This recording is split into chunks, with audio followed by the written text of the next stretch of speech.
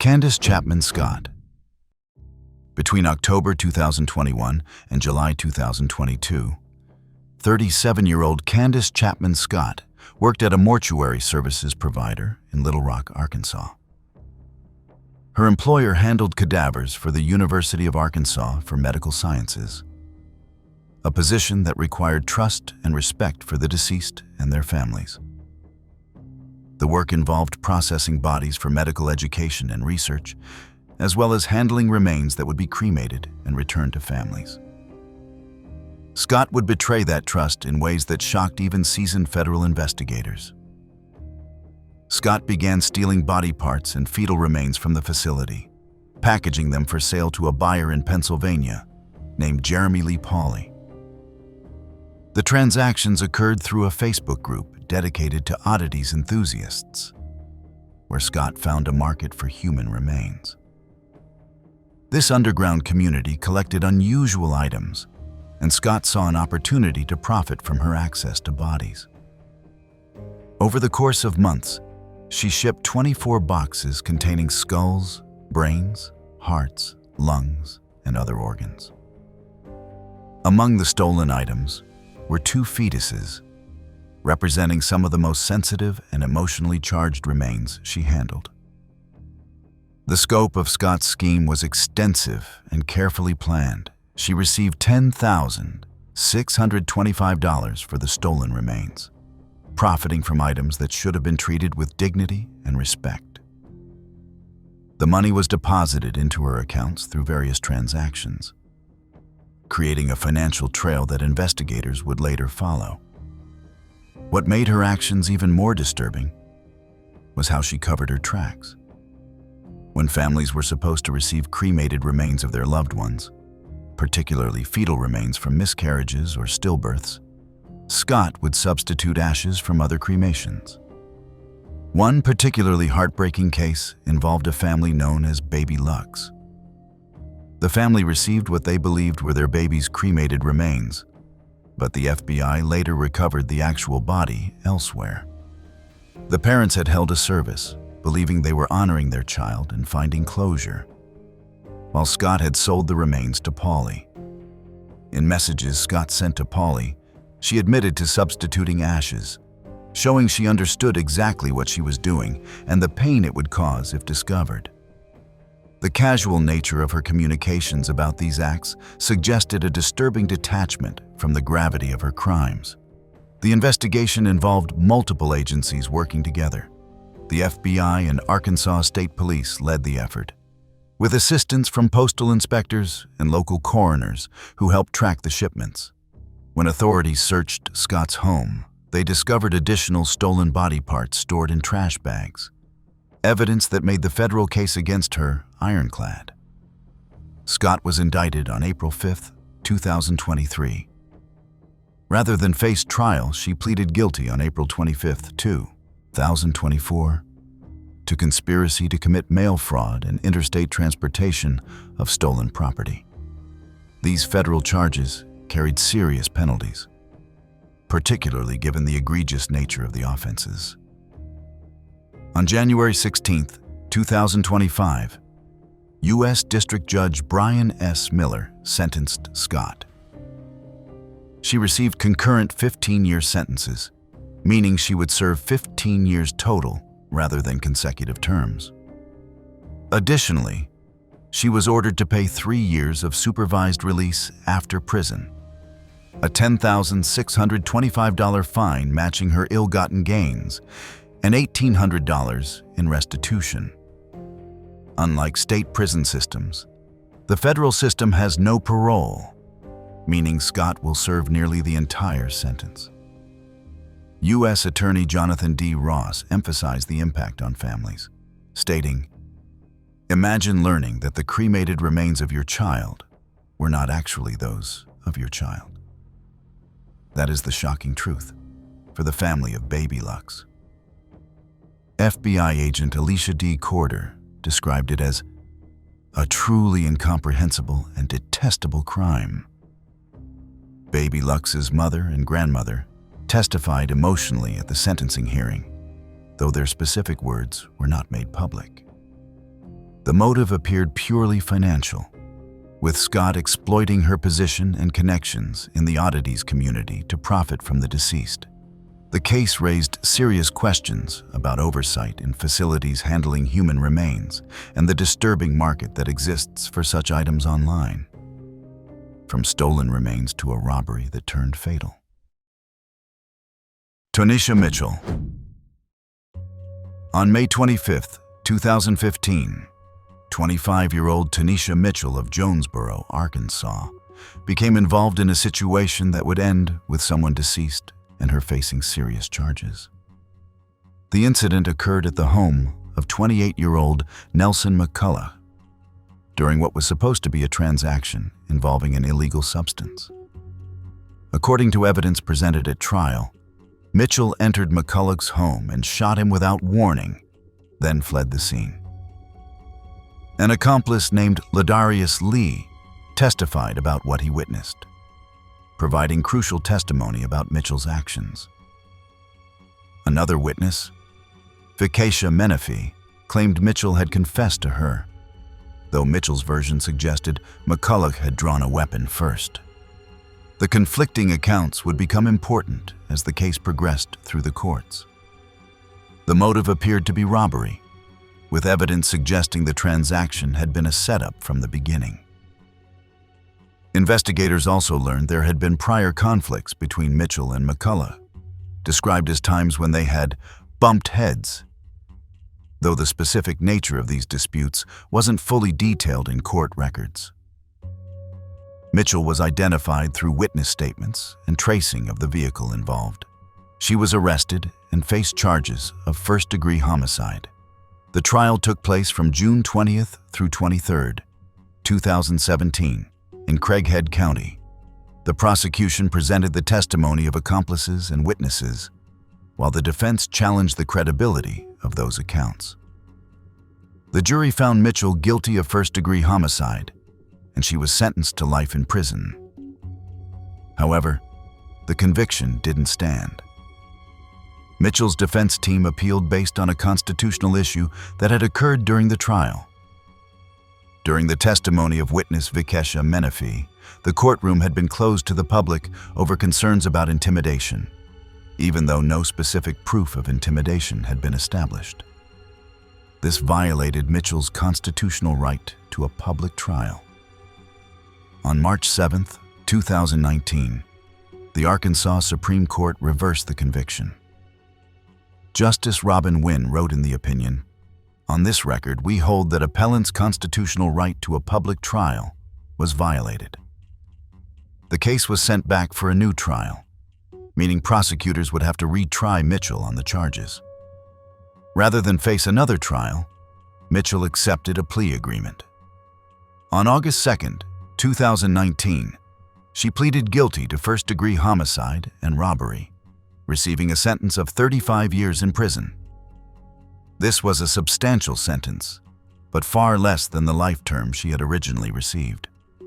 Prosecutor Grant DePro explained the reasoning behind accepting the plea, stating, "This spares the family the agony of a retrial and gives justice for the victim." The statement acknowledged that while the reduced sentence was a compromise, it provided certainty and closure for McCullough's family without putting them through another trial.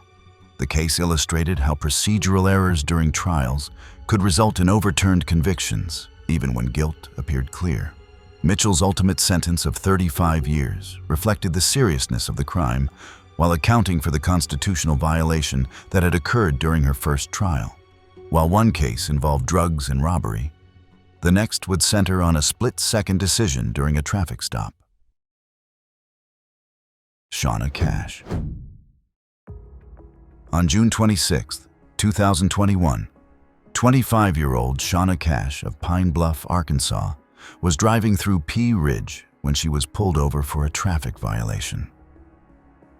The officer who initiated the stop was Kevin Apple, a member of the Pea Ridge Police Department. What began as a routine traffic stop would end in tragedy and a life sentence. Rather than comply with the traffic stop, Cash decided to flee. Officer Apple was struck by Cash's vehicle during this attempted escape, and the impact was devastating. He was dragged 148 feet beneath or alongside the vehicle. The officer died from his injuries at the scene. Cash continued driving after hitting Apple, also harming others during her flight before she was finally stopped. The chase ended when Cash crashed. She was immediately taken into custody by responding officers who had been pursuing her. The evidence against her was overwhelming. Witness testimony, physical evidence from the scene, and the undeniable fact that Officer Apple had been struck by her vehicle while she was fleeing. During the investigation and subsequent trial, details emerged about Cash's background. Reports indicated she had experienced a troubled childhood marked by difficult circumstances, factors that her defense team raised during sentencing as potential mitigation. However, prosecutors argued that regardless of her background, her decision to flee and her actions that resulted in Officer Apple's passing warranted the most serious penalties. The trial took place in February 2024 in Benton County. After hours of deliberation, the jury found Cash guilty of capital homicide, the most serious charge under Arkansas law. During the penalty phase, the same jury had to decide between recommending a death sentence or life without parole. The jury recommended life in prison without the possibility of parole, along with additional consecutive sentences, 10 years for fleeing and 6 years each for the other harms she caused during the chase. The judge accepted these recommendations on February 13, 2024. During the proceedings, witnesses spoke about Cash's attempts to help Officer Apple after the crash, suggesting some level of remorse or panic. The defense highlighted her troubled childhood and argued for mercy. However, the prosecution emphasized that Officer Apple had been doing his job during a routine traffic stop, and that Cash's decision to flee had cost him his life. From a flight from police to a case where planning took center stage. Cecilia Rolson. In 1979, Cecilia Rolson became involved in a plot that would result in someone's passing and decades of incarceration. She and her husband Jerry Rolson planned the elimination of Carl Leip, with Cecilia playing an active role in the conspiracy that led to his demise. The motive was financial, specifically targeting a $5,000 insurance payout. The planning was extensive, with Cecilia suggesting a scheme involving Carl's wife Rosa. The plan involved multiple attempts before the final, successful attack. On the night of the actual incident, Cecilia reportedly said, "Tonight is the night," indicating her awareness and participation in what was about to occur. After Carl's passing, she helped dispose of evidence, further establishing her role in the conspiracy. The case against the Rolsons was built largely on testimony from Rosa Leip, who provided detailed accounts of the planning and execution. Her testimony was crucial in establishing both Jerry and Cecilia's roles in the crime. The couple was tried jointly in 1980, and both were convicted of first-degree homicide, receiving life sentences without the possibility of parole. However, the first conviction was reversed due to errors in the trial process, including issues with jury selection. The case was retried, and both were convicted again, with the convictions upheld on appeal. Cecilia would spend decades in prison, maintaining her innocence despite the overwhelming evidence against her. A significant development came in February 2021. Arkansas Governor Asa Hutchinson commuted Cecilia Rolson's sentence, making her eligible for parole consideration. The commutation didn't exonerate her or reduce her guilt. It simply changed her sentence from life without parole to life with the possibility of parole, meaning she could potentially be released if a parole board approved. Her daughter, Tina Collins, maintained her mother's innocence, stating she was wrongfully accused and crediting Faith for sustaining them through the ordeal. However, law enforcement officials expressed concerns about the commutation. The sheriff at the time stated that, unless new evidence emerged, Rolson should serve her full sentence, reflecting the seriousness with which authorities viewed her crime. While financial gain motivated one woman, jealousy would drive another to shocking ends. Virginia Ann Hyatt. On December 3, 2013, 69-year-old Virginia Ann Hyatt drove to the home of Patricia Patty Wheelington in Arkansas. Hyatt was armed and had a singular purpose: confronting Wheelington about an affair with Hyatt's husband. The confrontation would end with Wheelington's passing and Hyatt facing capital homicide charges. The shooting occurred on Wheelington's porch, where Hyatt shot her 5 times. The attack was personal and direct, with Hyatt traveling to Wheelington's residence specifically to commit this act. The affair that motivated the shooting had occurred within the small community of square dancers to which both women and Hyatt's husband belonged, adding a layer of social drama to the tragedy. Hyatt's actions followed her separation from her husband after learning of his infidelity. Rather than pursuing divorce or other legal remedies, she armed herself and sought out the woman she blamed for destroying her marriage. The decision to bring a firearm and drive to Wheelington's home demonstrated premeditation, a key factor that would influence both her charges and sentencing. Law enforcement collected substantial evidence linking Hyatt to the shooting. She was tried in February 2016 in Miller County and found guilty of capital homicide. The conviction meant she faced either death or life without parole. The jury recommended life without parole, which the judge imposed. Hyatt appealed her conviction, arguing various issues with how the trial had been conducted. In March 2018, the Arkansas Supreme Court upheld her conviction, with the majority opinion stating substantial evidence supports premeditation. However, the decision wasn't unanimous. Some justices dissented, questioning whether the evidence of premeditation was as strong as the majority believed. The case became somewhat notable in Arkansas legal circles because it involved what some called the square dancer case, referring to the social context in which the affair and subsequent shooting occurred. The small-town nature of the relationships involved made the case particularly tragic, as these were people who had socialized together and shared common interests before jealousy turned to violence. Hyatt's life sentence means she will spend the rest of her days in Arkansas Department of Corrections custody. From a jealous rage to calculated poisoning over time. Georgia Louise Weaver.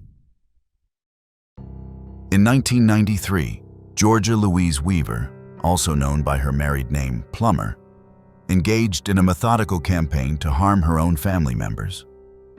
Her sister Jeannie Allen died on January 17, 1993, from arsenic poisoning.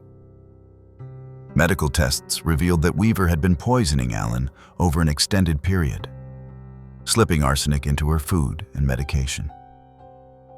Weaver's niece Teresa was also poisoned with arsenic, suffering serious health consequences, including the loss of a pregnancy. The poisoning wasn't a single impulsive act, but rather a deliberate, repeated pattern of harm against family members. Investigators found arsenic in NyQuil medication and punch that Weaver had access to, and they discovered rat poison at Weaver's workplace, establishing her means of obtaining the poison. The motive appeared to be revenge, stemming from an inheritance dispute. Weaver believed she had been treated unfairly regarding family money and property, and she harbored deep resentment toward Jeannie and other family members. Financial greed intertwined with personal grudges, creating a toxic mixture that led her to commit these acts over an extended period. The poisoning wasn't discovered until after Jeannie Allen's passing. when family members became suspicious about the circumstances and requested medical testing. The tests revealed elevated arsenic levels that couldn't be explained by environmental exposure. This led investigators to examine Weaver's access to the victims and her potential motives.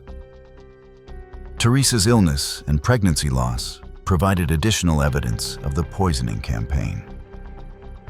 Weaver was tried in 1995, and after just 15 minutes of deliberation, the jury found her guilty. The speed of the verdict suggested the evidence against her was overwhelming. She was sentenced to life without parole for the homicide charge and an additional 30 years for battery related to poisoning Teresa. Neighbors who testified during the trial or spoke to investigators described the relationship between Weaver and her sister as troubled. One neighbor stated that Weaver had been driving Jeannie crazy, indicating ongoing conflicts that preceded the poisoning. The systematic nature of the arsenic administration showed planning and persistence, with Weaver having multiple opportunities to stop, but choosing to continue. The case was particularly disturbing because it involved betrayal of family trust. Jeannie Allen had consumed food and medication provided by her sister, never suspecting that each item might contain poison. The slow accumulation of arsenic in her system meant she suffered over time before finally succumbing. Teresa's survival meant she lived with the knowledge that her aunt had tried to harm her and had succeeded in causing the loss of her pregnancy. Weaver is believed to have passed away while incarcerated, though official confirmation of this is limited in public records. If she did die in prison, it would have been after serving more than 2 decades of her life sentence.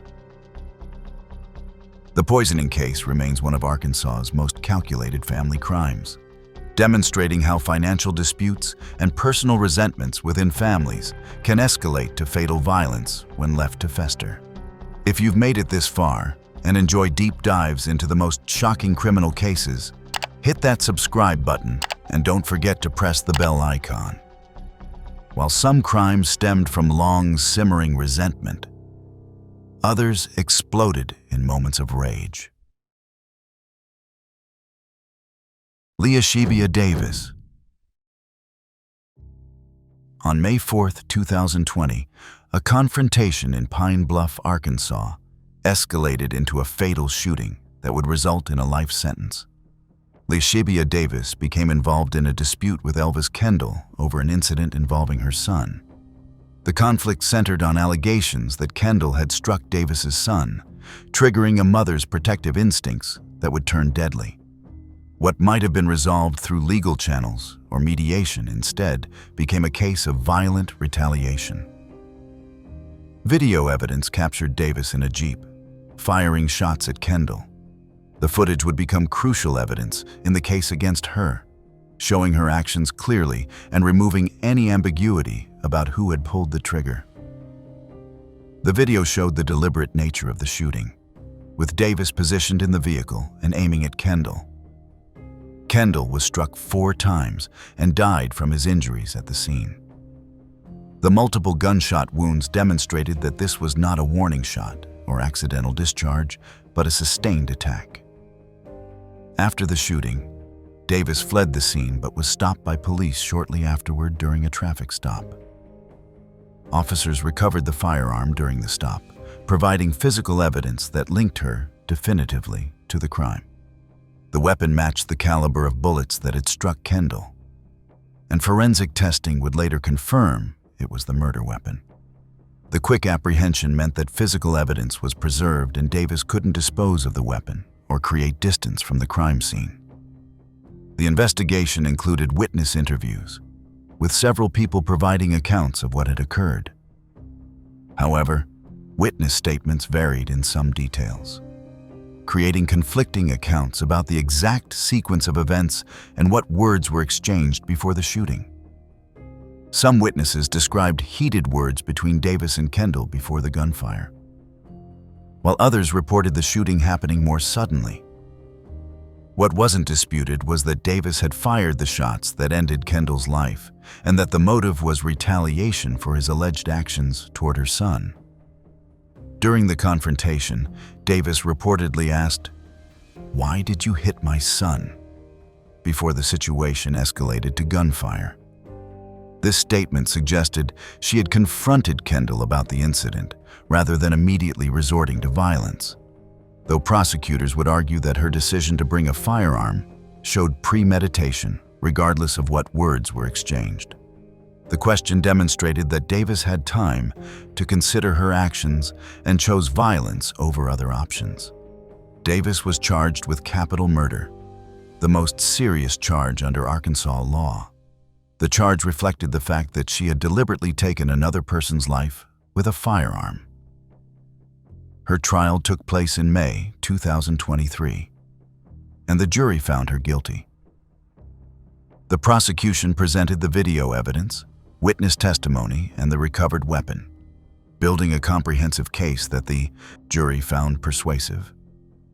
The defense attempted to argue that Davis had acted to protect her son, but the jury rejected this theory, finding that her actions constituted murder rather than justifiable defense. The conviction meant she faced either death or life without parole.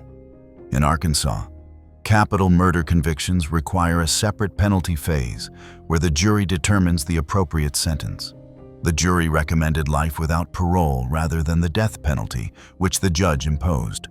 The decision to recommend life rather than death may have reflected some recognition of Davis's motive, however misguided, of protecting her child. Davis appealed her conviction, arguing various issues with how the trial had been conducted and whether the evidence was sufficient to support the verdict. She challenged the admission of certain evidence and argued that jury instructions had been improper. In April 2024, the Arkansas Supreme Court affirmed her conviction and sentence, stating there was substantial evidence supporting the jury's decision. The appellate court found no reversible errors in the trial proceedings and determined that the evidence clearly established Davis's guilt. For Kendall's family, the conviction provided some measure of justice, though it couldn't undo the loss of their loved one. They had lost someone to an act of vengeance over a dispute that should have been handled through proper channels. Davis's life sentence means she will spend the rest of her days in Arkansas Department of Corrections custody, paying the price for a moment when anger and desire for revenge overcame reason and law. Her son will grow up without his mother, and Kendall's family will live without their loved one, all because of a confrontation that escalated beyond any reasonable bounds. From maternal rage to a calculated plan to steal another woman's baby. Amber Waterman. On October 31st, 2022, Ashley Bush, a pregnant Arkansas resident, agreed to meet someone about baby items at a store in Maysville. What Bush didn't know was that Amber Waterman had lured her there with a sinister plan to take Bush's unborn baby. The meeting would end with Bush's disappearance and Waterman's arrest for one of the most disturbing crimes in recent Arkansas history. Waterman kidnapped Bush and caused fatal trauma to her torso, taking actions designed to remove the baby, who would later be known as Valkyrie Willis. Bush did not survive the attack. To cover up what she had done, Waterman and her husband worked together to dispose of Bush's body by burning it, attempting to destroy evidence of the crime. Waterman's plan then shifted to the second phase, claiming the baby as her own. She presented herself at a medical facility claiming to have just given birth, with the baby she had taken from Bush. However, medical staff quickly became suspicious. The story didn't align with medical evidence, and questions about where and how the birth had occurred raised red flags that led staff to contact authorities. The investigation moved swiftly once law enforcement became involved. The lies in Waterman's story unraveled, and investigators discovered the horrific truth about what had happened to Ashley Bush. Waterman was arrested and charged with federal crimes, including kidnapping resulting in death. as the crime had crossed state lines and involved federal jurisdiction. Rather than face trial, Waterman pleaded guilty in July 2024. The plea spared Bush's family the trauma of a trial where graphic details would be presented, though nothing could truly spare them from the horror of what had been done to their loved one. On October 15, 2024, Waterman was sentenced to consecutive life sentences without the possibility of parole. The consecutive nature of the sentences meant that even if one were somehow overturned, she would still serve life on the other. During the sentencing hearing, the judge described the case as reaching a new level of graphic violence, acknowledging the particularly disturbing nature of Waterman's actions. Bush's family members were present at sentencing and described Waterman as having the face of Satan, expressing the depth of their horror and rage at what had been done. They spoke about Ashley as a person excited about becoming a mother, someone who had been looking forward to meeting her baby and building a life. That future was stolen by Waterman's obsession with obtaining a baby through any means necessary. From one who wanted a baby to someone who targeted a business during a robbery. Shaniqua Finley. In September 2016, a robbery at Best Shot liquor store in Arkansas turned fatal when the clerk, Dilip Kumar Patel, was shot during the incident. Shaniqua Finley was identified as the perpetrator who shot Patel during the course of the robbery. The crime appeared to be motivated by the desire to take money from the business, with the shooting occurring as part of the robbery rather than as a premeditated plan to harm Patel specifically. Patel was simply working his shift, serving customers and managing the store, when Finley entered with criminal intent. The robbery occurred during business hours, suggesting Finley had chosen a time when she expected money to be in the register. The sequence of events that led to Patel's shooting remained somewhat unclear, with questions about whether he had resisted, whether the shooting was accidental during a struggle, or whether Finley had shot him deliberately. What was clear was that Patel died as a direct result of Finley's actions during the robbery, making her legally responsible for his passing, regardless of her specific intent regarding the shooting itself. The investigation into Patel's passing initially faced challenges common to robbery homicides. As with many such crimes, the perpetrator had fled the scene quickly after the shooting, and there were limited witnesses who could provide detailed descriptions of the suspect. The store likely had surveillance cameras, but the footage alone wasn't enough to immediately identify Finley. Store employees or customers who might have been present during the robbery provided what information they could, but identifying an unknown perpetrator from general descriptions proved difficult.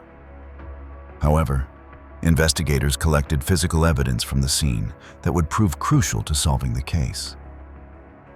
DNA samples were recovered from items Finley had touched or from other biological evidence left at the crime scene. This evidence was processed and entered into forensic databases for comparison. The breakthrough came when forensic analysis of the DNA evidence produced a match to Finley. The DNA evidence provided the definitive link that connected her to the crime scene, overcoming the initial investigative challenges and transforming the case from an unsolved robbery homicide to a case with a specific suspect. Once identified through DNA, additional evidence and witness testimony could be gathered to build a comprehensive case against Finley. Investigators could now show witnesses' photographs to confirm identification, trace her movements before and after the crime, and gather any additional forensic evidence that might link her to the scene. The DNA match was the breakthrough that made the rest of the investigation possible. Finley was arrested and charged with capital murder in the course of committing a robbery. Under Arkansas law, a death that occurs during the commission of certain felonies, including robbery, automatically elevates to capital murder regardless of whether the perpetrator specifically intended to take a life.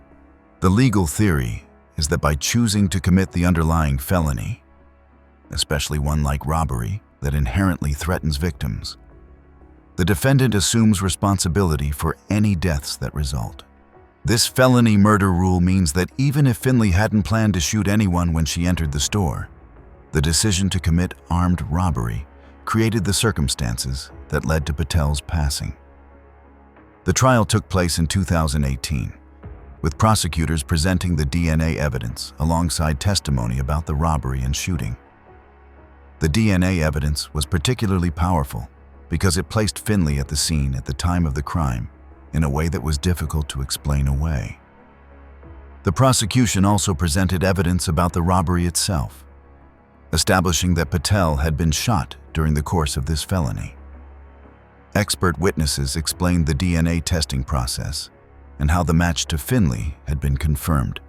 The defense faced the significant challenge of explaining away the physical evidence that placed Finley at the scene during a robbery where someone was shot, without a credible alternative explanation for how her DNA ended up at the crime scene. The defense struggled to create reasonable doubt in the minds of jurors. The jury found the evidence compelling and returned a guilty verdict on the capital murder charge after deliberation. Finley was sentenced to life in prison without the possibility of parole, the mandatory sentence for capital murder in Arkansas. The conviction meant that Patel's family received some measure of justice, though it couldn't bring him back or undo the trauma of his violent passing while working at his job. For his family, many of whom lived in other countries, the loss was compounded by distance and by the senselessness of losing someone to a robbery. While robbery motivated one crime, the next case would involve actions within a family that shocked even experienced investigators. Kathy Lynn Torres. In 2015, Kathy Lynn Torres and her husband Mauricio Torres were responsible for the passing of her young son Isaiah in circumstances so disturbing that even prosecutors struggled to convey the full horror to the court. The case involved severe mistreatment of Isaiah that resulted in his passing, with the actions described as punishment for a minor infraction. The details that emerged during the investigation and legal proceedings shocked law enforcement officials, prosecutors, and the community. The specific details of what occurred are too graphic to fully describe, but court records indicate that Isaiah experienced significant harm before his passing.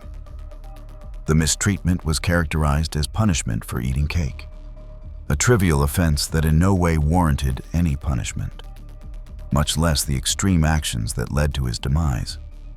The fact that something as innocent as eating cake triggered such a response demonstrated a complete breakdown in normal parental behavior and judgment. Both Kathy Lynn Torres and Mauricio Torres were charged in connection with Isaiah's passing. The investigation revealed that both parents had participated in or allowed the mistreatment that resulted in the young person's demise. Evidence suggested a pattern of harsh treatment in the household, with Isaiah bearing the brunt of the parents' inappropriate and illegal actions. The case shocked the local community, with neighbors and others who knew the family expressing disbelief that such things could have been happening behind closed doors.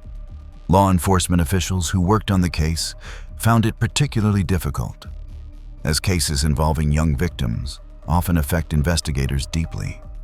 The evidence collected included medical examiner reports detailing the extent of Isaiah's injuries, which told the story of what had been done to him. Investigators also interviewed anyone who might have had contact with the family, trying to understand how such mistreatment could have continued without intervention. Questions arose about whether warning signs had been missed by teachers, medical professionals, or others who might have had contact with Isaiah. In hindsight, some people recalled things that seemed concerning, but hadn't triggered reports to authorities at the time. The case prompted discussions about mandatory reporting requirements and what indicators should prompt intervention by Child Protective Services. Rather than face trial where graphic details would be presented to a jury and become part of public record, Kathy Lynn Torres accepted a plea agreement in March 2017. By pleading guilty, she avoided a trial but accepted responsibility for her role in Isaiah's passing. The plea agreement likely involved prosecutors agreeing not to seek the death penalty in exchange for the guilty plea, though the sentence would still be severe. The plea resulted in a sentence of life in prison without the possibility of parole. This sentence reflected the court's view of the crime's particularly heinous nature. Taking the life of a vulnerable person who depended on adults for care and protection represented one of the most serious breaches of trust and responsibility that exists in society. The fact that the mistreatment was characterized as punishment made it even more disturbing, as it suggested a twisted justification for actions that were simply cruel and illegal. The severity of the sentence meant that Kathy Lynn Torres would spend the rest of her natural life in prison, with no possibility of parole consideration at any point.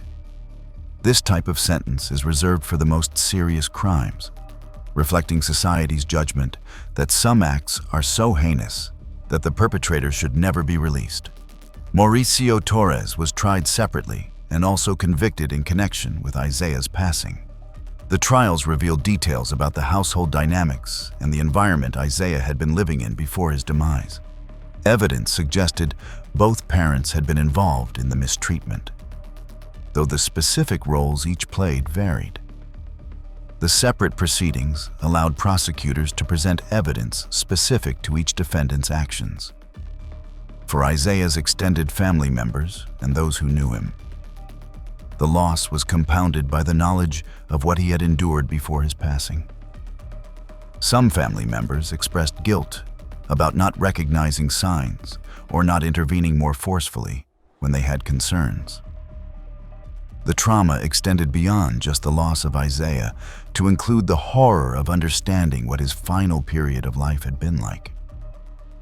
The life sentence for Kathy Lynn Torres ensured she would never be free again, though no punishment could truly be proportionate to the crime of taking an innocent young person's life in such a manner. The case remains one of the most disturbing in Arkansas criminal history, a reminder of the capacity for cruelty that can exist even within families. From harm within a family to an encounter with law enforcement that turned violent. Elsbeth Kittinger. On April 1, 2018, Arkansas State Trooper Kyle Sheldon conducted a traffic stop that would nearly cost him his life and result in a life sentence for the driver.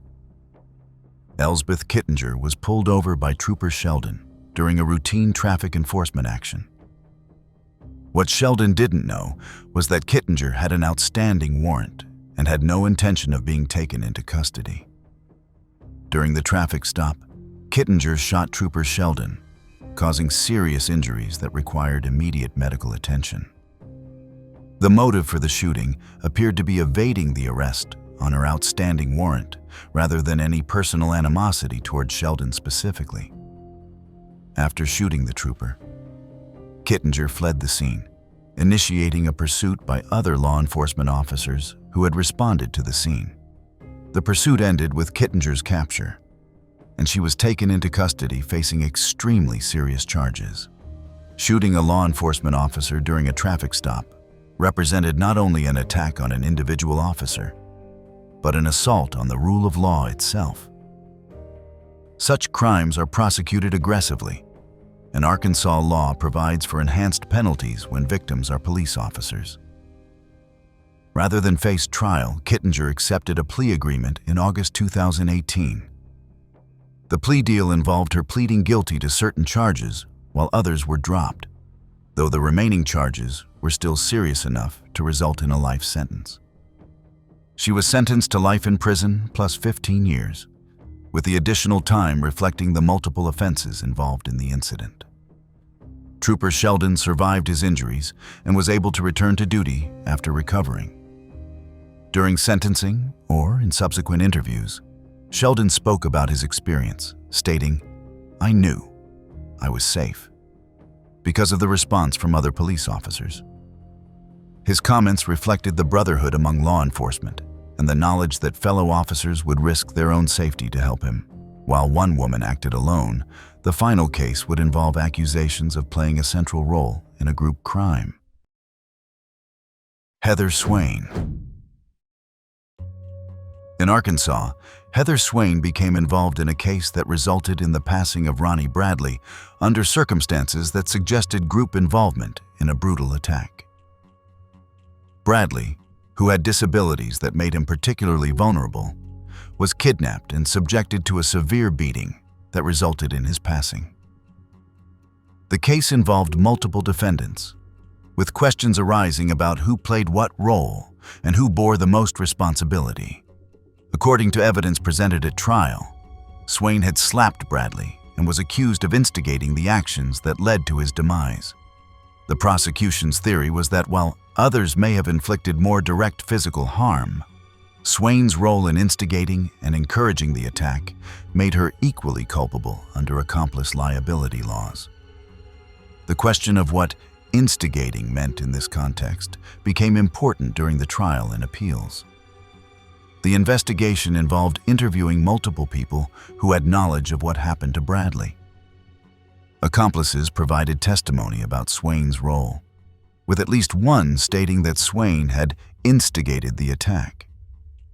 These statements formed a crucial part of the prosecution's case, as they established Swain's participation even if she hadn't inflicted the most severe injuries herself. The motive for the attack on Bradley remained somewhat unclear throughout the proceedings. Unlike cases where financial gain, revenge for a specific incident, or jealousy provided clear motivation, Bradley's case seemed to involve a group dynamic where a vulnerable person became a target without a clearly articulated reason. The lack of a comprehensible motive made the crime seem even more senseless. Swain was caught and charged alongside other defendants. She was tried and convicted in 2014, with the jury finding that her role in instigating the attack made her guilty of capital murder under accomplice liability theories. Under Arkansas law, someone who aids, assists, or encourages a crime can be held just as responsible as the person who directly commits the act. Swain was sentenced to life in prison without the possibility of parole. She appealed her conviction, arguing various issues, including whether the evidence was sufficient to support her conviction, given that she hadn't been the one to inflict the fatal injuries. However, the Arkansas Supreme Court upheld her conviction and sentence, finding that accomplice liability was properly applied in her case. This was all from our side today. Thanks for watching. Click here to check out another video.